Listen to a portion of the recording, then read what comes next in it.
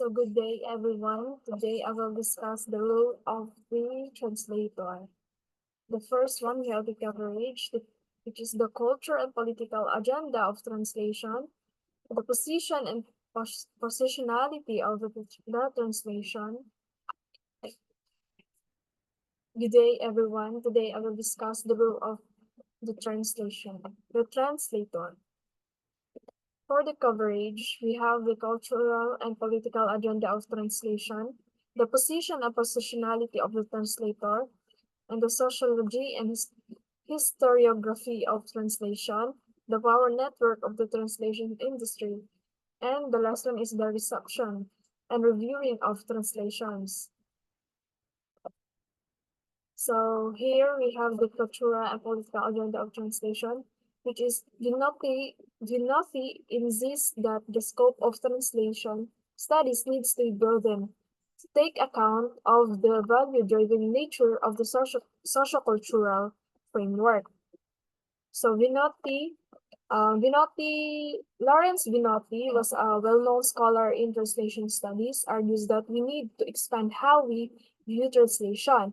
It's not just about converting words from one language to another, it also to influence by the values and beliefs of the society and culture where it happens. Vinotti and the invisibility of the translator is a term he used to describe the translator's situation and activity in contemporary British and American cultures. So it means that it is like how translator and their work are often overlooked, especially in British and American. So the way translators themselves tend to translate fluently into English to produce an idiomatic and readable target text, thus creating an illusion edge and transparency. This is like where the translator's role is hidden, and it seems like there is a direct connection between the original author and the reader, even though the translator made it possible. So we not discuss invisibility hand in hand with two main approaches, which is the domestication.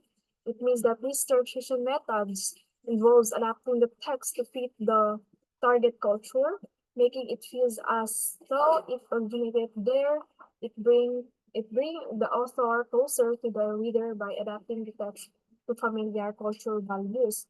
So domestication means is this is a method that makes the text feel like it belongs to the target culture, which is the translator adapt the content to match the cultural norms and values of the readers. For um for the foreignization, it entails choosing a foreign text and developing a translation method along lines which are excluded by dominant cultures' values in the target language. So for foreignization, it means that this is a method keeps the cultural elements of the original text intact, even if they feel unfamiliar or strange to the target readers. For the we notice links the foreignization to minoritizing translation. Minor minorito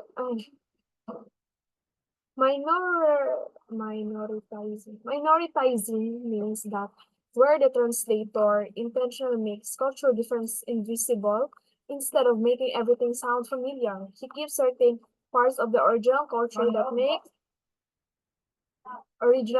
that might seem strange or different to the reader. It means that translator intentionally highlights the cultural difference instead of hiding them. So we have the Berman negative analytic and the deformation, defor, deformation of translation.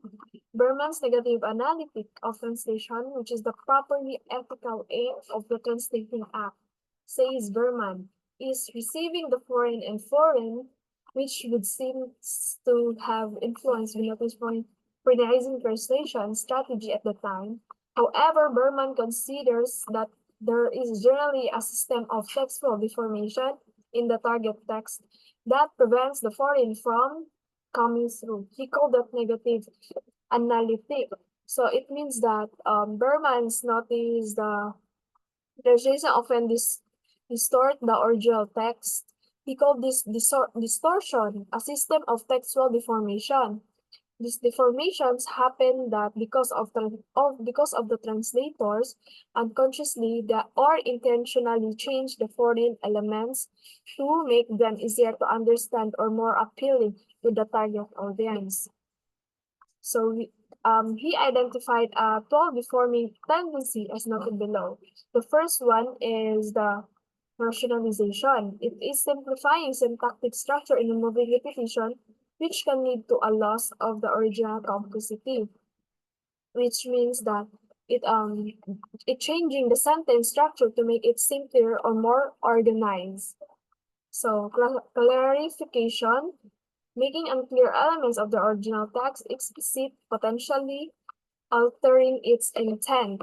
So it means that it is explaining things that were unclear in the original text. The third one is the expansion. Translations often end up longer than the source's text due to added explanation which can dilute the original voice, which means that adding an extra words or explanation of the text. So we have the qualitative impoverishment, which is substituting the rich, expressive words with less evocative equivalents. So it means that gina-replace nila ang strong or rich words with weaker ones. So quantitative impoverishment, losing a lexical variety, such as using a single term for multiple synonyms in the original text. Quantitative impoverishment. So it means that using a fewer words or less variety in vocabulary. So we have the destruction of underlying networks of signification. Ignoring the interconnectedness of words can lead to a loss of meaning. So it means that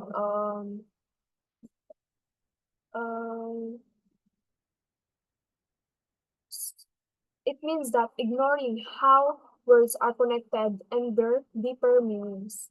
So number 9 is destruction of linguistic patterns.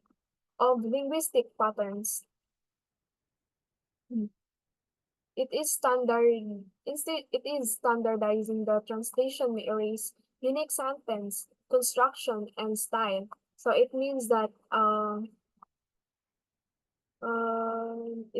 changing the structure or style of the sentence to make the translator more standard.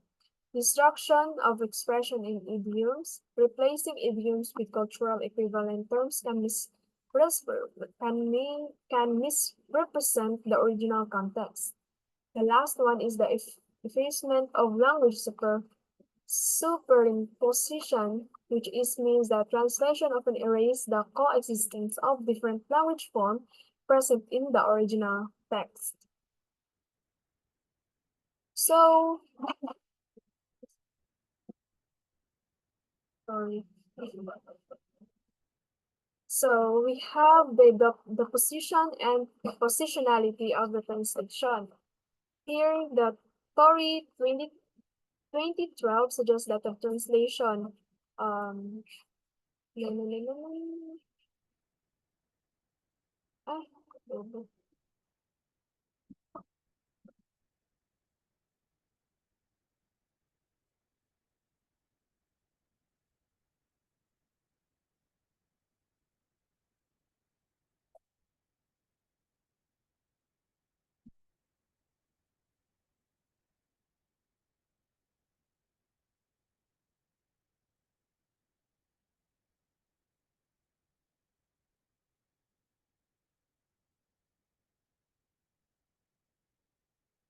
So we have the position and positionality of the translator, which means the Tory 2012 suggests that translator personal reflections on their work may be biased, but more recent studies value these insights as they reveal translators' work practices. It means that Tory suggests that translator personal thoughts on their work might be biased. Still, newer studies now recognize that these reflections are valuable because they show how translator works and make decisions. So Vinotti, 2008, advocates for visible and foreignizing translation, in contrast to translators who rely on subjective criteria like accuracy and flow. It means that Vinotti supports the idea of visible and foreignizing translation, if where the translators keep the original culture and language noticeable in the translation. It means that these differ from translators focus on mainly on ideas like accuracy or translating flow smoothly in the target language. So we have the positionality. Is the positionality of the translator has also become more central in translation studies, like it refers on how the translator's background, identity, and perspective influence their translation's choice. It is like recent studies in translation focus on this, like recognizing a translator is never fully neutral or detached. See, so Themos Co advocates for translators as a cultural mediators, challenging the detached, objective ideal. This movement in translation studies represent the intervenience where the translation actively contribute to the social change.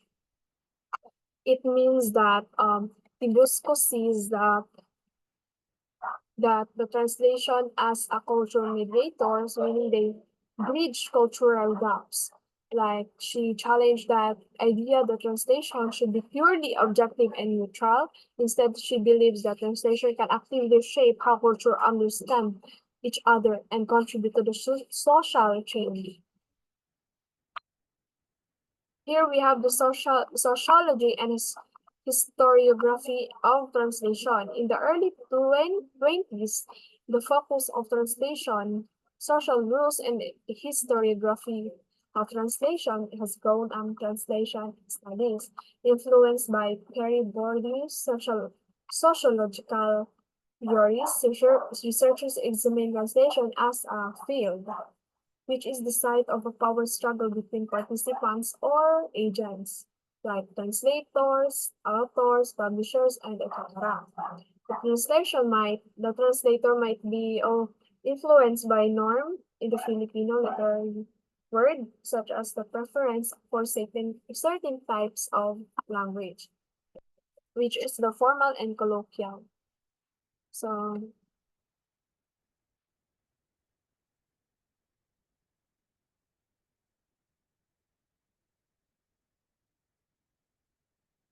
So the second one is the habitus. It is a social and cognitive makeup or disposition shape. So the second one is the habitus is a social and cognitive makeup or disposition shaped by education and background and types of capital, like social, cultural, economic, and symbolic. So for example, a translator who is familiar with Western culture might be understand the Thanksgiving reference and want to keep it in the translation. However, someone with a different culture background might be feel the need to adapt it for a Filipino audience, perhaps replacing it with a local tradition like Pasko or Christmas. The translator experience in literature, their social status, whether they are seen as a elite translator and their access to resources all play into this decision-making process. So we have the reception and viewing of translation. Reception theory, including examining the way a work conforms to, challenge, or disappoints to the reader aesthetic horizon of expectation. This is a term employed by just 1982 to refer to the reader's general expectation of the style, form, content, and etc. of the genre or series to which the new work belongs. So it means that reception theory, it is the examine of how readers react to a text based on their expectations. We have a paratext. Devices often to the text is the subject of the cultural theories. According to Jeanette, they have a two kinds of paratextual, which is means that additional elements surrounding a text that helps shape how it's received. They don't form the main body of the text but can influence how readers understand it.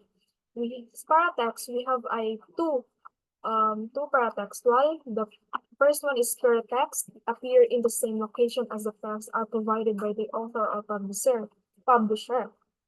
It means that paratext is inside the book. However, the epitext is a paratextual element not materially appended to the text within the same volume but circulating as it were freely in a virtual limitless physical and social space, it means that outside the book, it affects how the work is presented and interpreted.